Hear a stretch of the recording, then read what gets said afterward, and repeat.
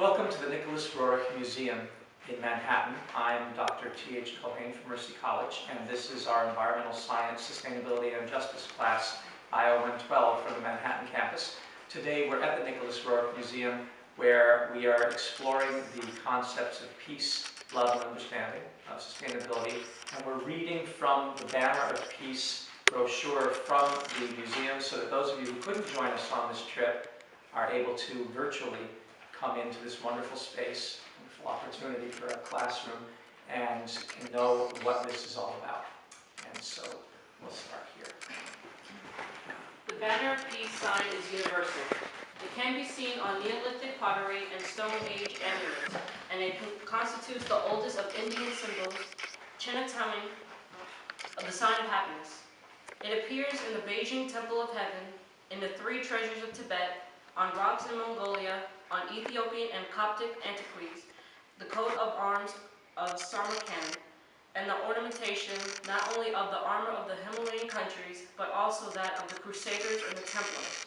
One finds it in many paintings, amongst others in ancient icons, ancient Spanish art, and images by Hans Memling and Titian. The sign, an important symbol revered throughout the ages and throughout the world, belonging to no particular confession or tradition, is then ideally suited to become the banner of peace, charged with defending the world's treasures in times of world and peace. To quote Nicholas Roerich, this sign unfurled over all treasures of human genius will say, here are guarded the treasures of all mankind, here above all petty divisions, above illusory frontiers of enmity and hatred, towers the fiery stronghold of love, labor, and all moving creation. The Roerich Pact. Nicholas Roerich was involved throughout his career with the province of cultural preservation.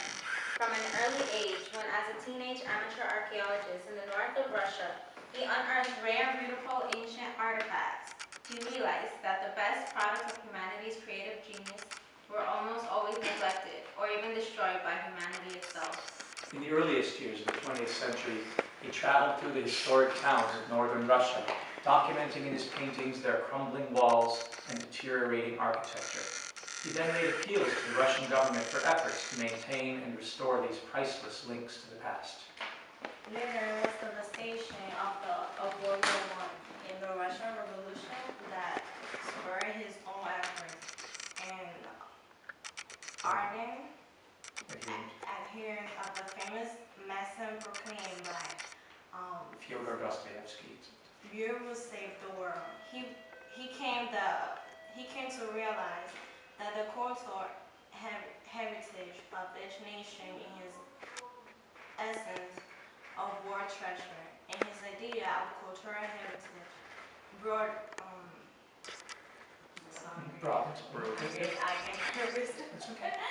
to include more than just physical remains of earlier cultures, the building and art, for example, but also to the creative activities, the university, the libraries, the hospital, the concert halls, the theaters, all past and present must be protected from the ravage of war and neglect.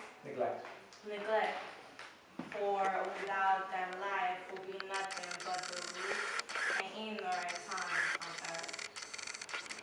It became clear to Roerich that the international effort was required. During the 1920s, he composed a treaty with the assistance of international legal experts. This treaty came to be known as the Roerich Pact, also known as Pax Cultura, and Peace Through Culture. The Roerich Pact and Banner of Peace was made rapidly during the early 1930s, with centers in a number of countries. There were 3 international conferences in Bruges, Belgium, and Montevideo, Uruguay, and in Washington, D.C. The pact itself declared the necessity for protection of the cultural product and activity of the world during both war and peace, and prescribed the method by which all sites of cultural value will be declared neutral and be protected by the banner. just as the Red Cross protects hospital, indeed. The Rotary Pact was often called the Red Cross of culture. Just as the Red Cross is embodied in the protective sign banner, so does the Rotary Pact also designate a symbol.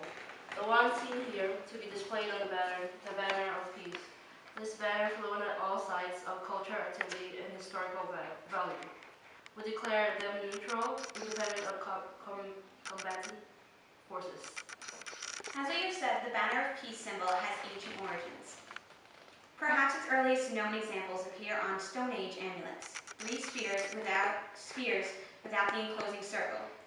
Roerich came across numerous later examples in various parts of the world and knew that it represented a deep and sophisticated understanding of the triune nature of existence.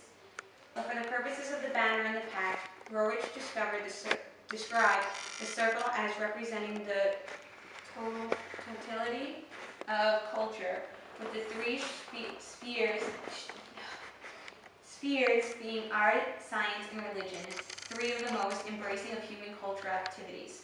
He also described the circle as representing the eternity of time and encompassing the past, present, and future. The sacred origins of the symbol as an illustration of the Trinity's fundamental to all religions remain central to the meaning of the pact and the banner today. The Roerich Pact was first agreed to by 21 nations of Americas and signed as a treaty in the White House in the presence of President Franklin Delano Roosevelt on April 15, 1935. By all the members of the Pan-American Union, it was later ratified by 10 of them. After World War II, the Roerich Pact continued to play an important role in the elaboration of international law standards and in public activity in the field of protection of cultural treasures. Today, interest in the Banner of Peace movement continues to burn brightly. The activities of associations around the world bear witness to this. For example, in the U.S., the National Peace Academy is involved in the teaching and development of peace building, as is the Center for Peace Through Culture, particularly through shared cultural values. In Mexico and in many countries around the world, the Comité Internacional de la Bandera de la Paz, founded by Alicia Rodriguez, is endlessly active in promoting Roerich's ideals. And then on the back you have a figure of the Madonna Oriflama with the banner held, and we've had that banner in our own classroom. Where there is culture, there is peace. Symbolizes the idea of universal protection of cultural values.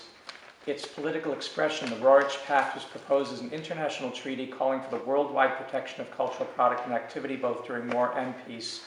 The sign encapsulates the idea of the totality of culture, the three circles being art, science, and religion, fundamental human cultural activities. So wish you could be with us, and this is a great place to visit, and it's wonderful that they allow us to conduct a class here. This is a great space, so envisage having your class here at the Roerich Museum.